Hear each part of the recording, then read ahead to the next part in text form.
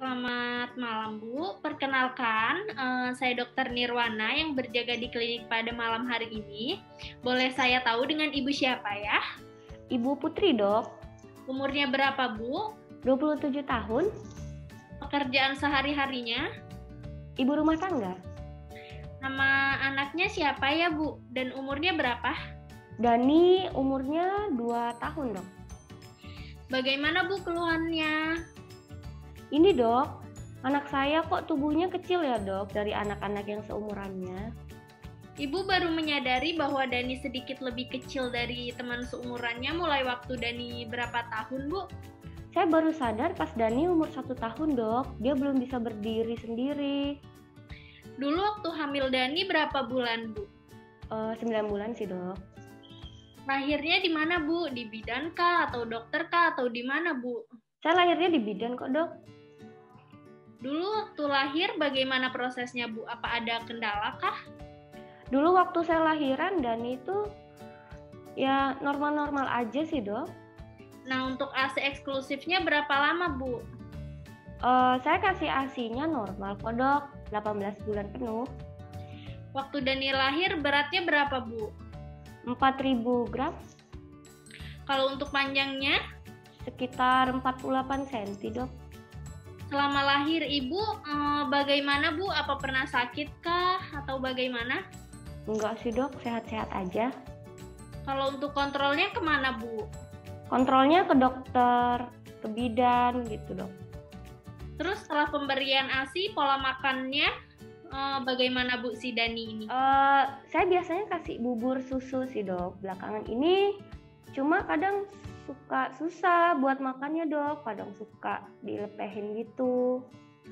Kalau untuk imunisasinya bagaimana, Bu, untuk si Dani ini? Imunisasinya lengkap kok, Dok. Setiap jadwal datang ke posyandu gitu, Dok. Apakah Ibu bawa bukunya, Bu? Oh, nggak bawa, Dok.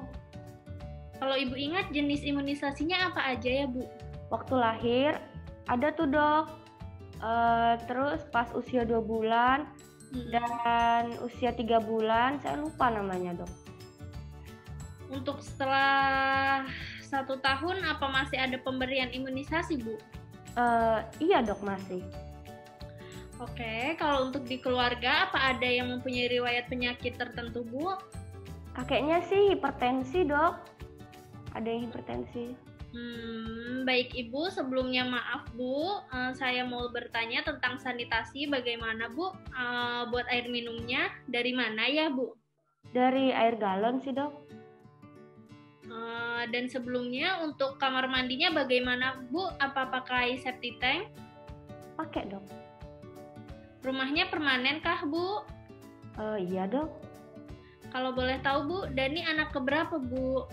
Anak pertama, Dok. Apa ada rencana untuk KB, Bu? Belum, Dok. Baik, Bu, saya ulangi lagi ya. Berdasarkan hasil wawancara tadi dengan Ibu Putri, umur 27 tahun. Sehari-hari ibu rumah tangga, anaknya Dani berumur 2 tahun, datang dengan keluhan tumbuh kembangnya terlambat ya, dan berbeda dengan anak seumurannya. Pada umur 1 tahun belum bisa berjalan, untuk masa kehamilan normal dan proses melahirkannya di bidan dan normal ya Bu. Beratnya 4.000 gram, panjangnya 48 cm. Untuk ASI eksklusifnya lengkap, 18 bulan lalu dilanjut dengan ASI formula ya Bu. Pola makannya susah, tapi imunisasinya lengkap ya Bu. Di keluarga kakeknya ada riwayat hipertensi. Untuk sanitasi terjaga ya. Untuk program KB belum ada.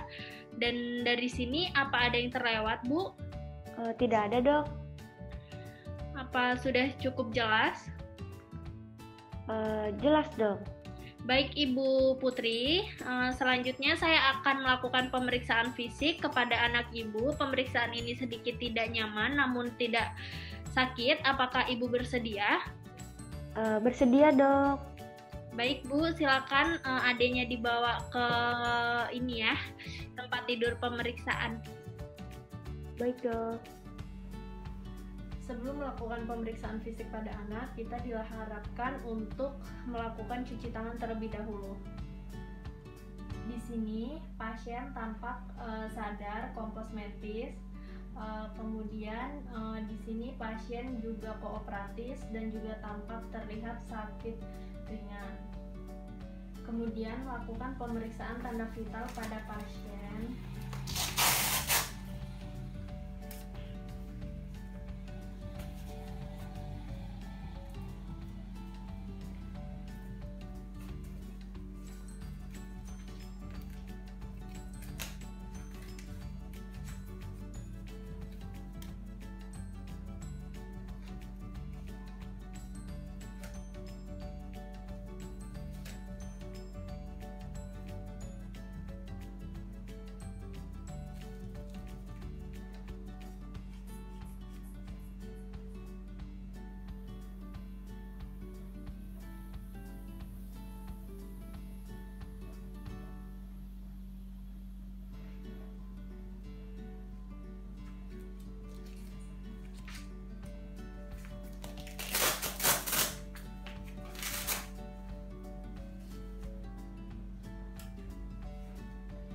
Berdasarkan hasil pemeriksaan di sini tekanan darah pasien adalah 130/100. Kemudian lakukan pemeriksaan tekanan denyut nadi selama 1 menit.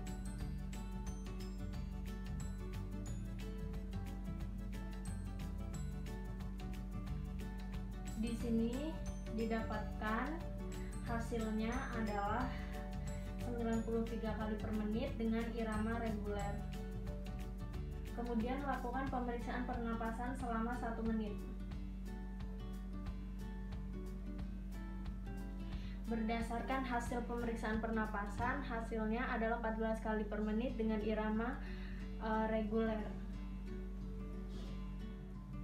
Kemudian melakukan pemeriksaan suhu dengan meletakkan termometer ke ketiak pasien.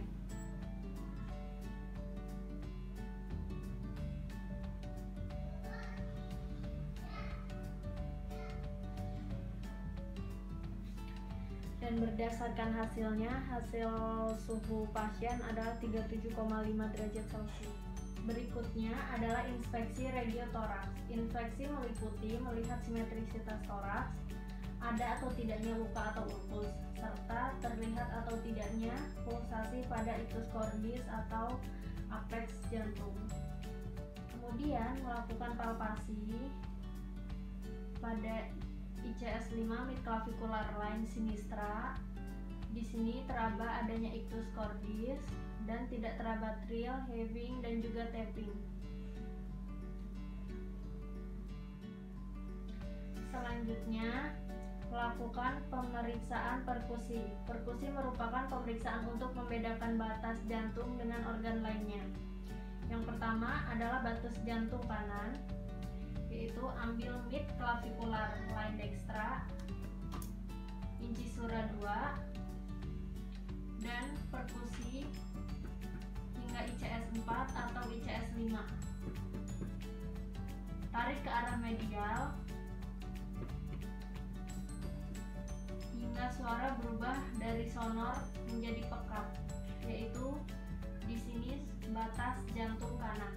Yang kedua adalah batas kiri jantung. Ambil anterior axillary line sinistra, ICS 2, dan perkusi hingga ICS 4 atau 5. Tarik ke arah medial hingga suara berubah dari sonor menjadi pekak atau suara jantung.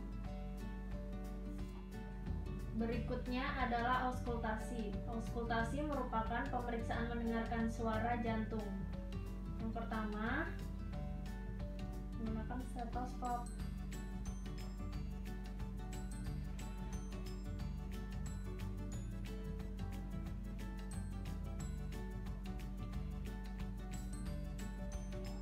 Yang pertama, letakkan stetoskop pada katup aorta, yaitu yang terletak pada ICS 2 parasternal line dextra.